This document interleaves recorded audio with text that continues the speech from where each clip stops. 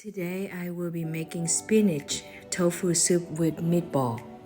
If I have time, I usually prepare my broth by using pork bone. It does take some time, but at least I am making my own broth, and it takes about 2 hours for the broth to be ready. Those of you who don't have time, you can always use chicken broth. When the meat falls off the bone, then your broth is ready. I'm using soft tofu.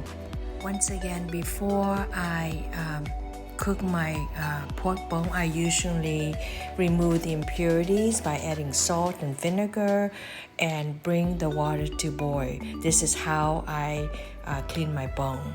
Bring the water to boil and then add in my clean pork bones and boil it and then simmer. I use a net to cover instead of the lid because I want my soup to be clear. So now the broth is ready. I am adding in my spinach. I'm using 2 bags of spinach that I picked up from the grocery store.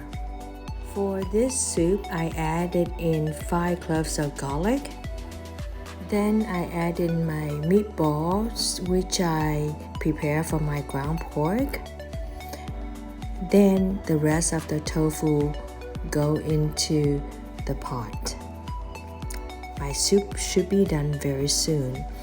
Now in this soup, I added 3 teaspoons of salt first. My family loves to have soup before dinner. It's almost like our tradition that we must have some type of soup before we have dinner.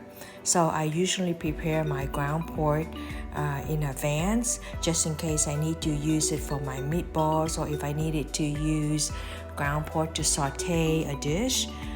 And how I marinated my ground pork is always 1 teaspoon of salt, half teaspoon of sugar, 1 teaspoon of black pepper, 1 teaspoon of sesame oil.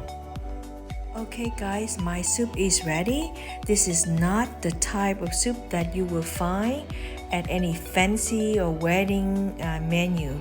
It's just a regular homemade soup for the family. Loves to have soup before dinner, so I always have to come up with a new type of soup daily for them.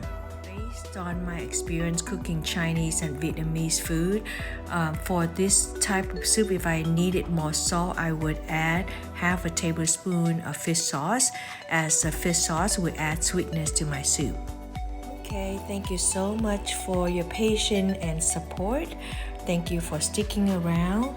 If you like what you see, please give me a thumbs up and don't forget to click the button subscribe.